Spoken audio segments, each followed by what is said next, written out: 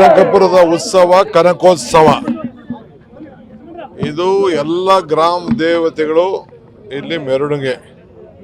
ಕಬ್ಬಾಳಮ್ಮ ತಾಯಿ ಆನೆಯಲ್ಲಿ ಮೆರವಣಿಗೆ ಆಗಿದ್ದಾಳೆ.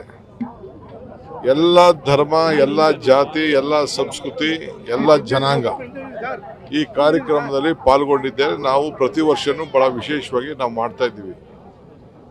ಇದು ನಮ್ಮ ನಾಡಿನ ಸಂಸ್ಕೃತಿ, ನಮ್ಮ ಆಚಾರ ವಿಚಾರ, ನಮ್ಮ ಧರ್ಮಗಳು, ನಮ್ಮ ಪದ್ಧತಿ ನಾವು ಉಳಿಸ್ಕೊಳ್ಬೇಕು ಅಂತೇಳಿ ಇವತ್ತು ನಮ್ಮ ಮುಂದಿನ ಪೀಳಿಗೆಗೆ ಪರಿಚಯ ಮಾಡಿಕೊಡ್ಬೇಕು ಅಂತೇಳಿ ಈ ಕೆಲಸ ನಾವು ಮಾಡ್ತಾ ಇದ್ದೀವಿ.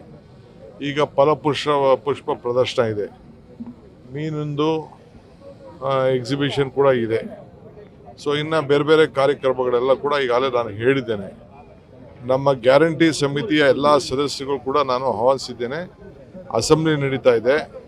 ಎಲ್ಲ MLAಗಳು ಕೂಡ ಟೈಮ್ ಮಾಡಿಕೊಂಡು ಬನ್ನಿ ಅಂತ MLAಗಳು ಕೂಡ ಸಾಯಂಕಾಲ CLP ಇದೆ, ಅಲ್ಲಿ ಹೋಗಿ ನಾನು ರಿಕ್ವೆಸ್ಟ್ ಕೂಡ ನಾನು ಮಾಡೋರಿದ್ದೇನೆ.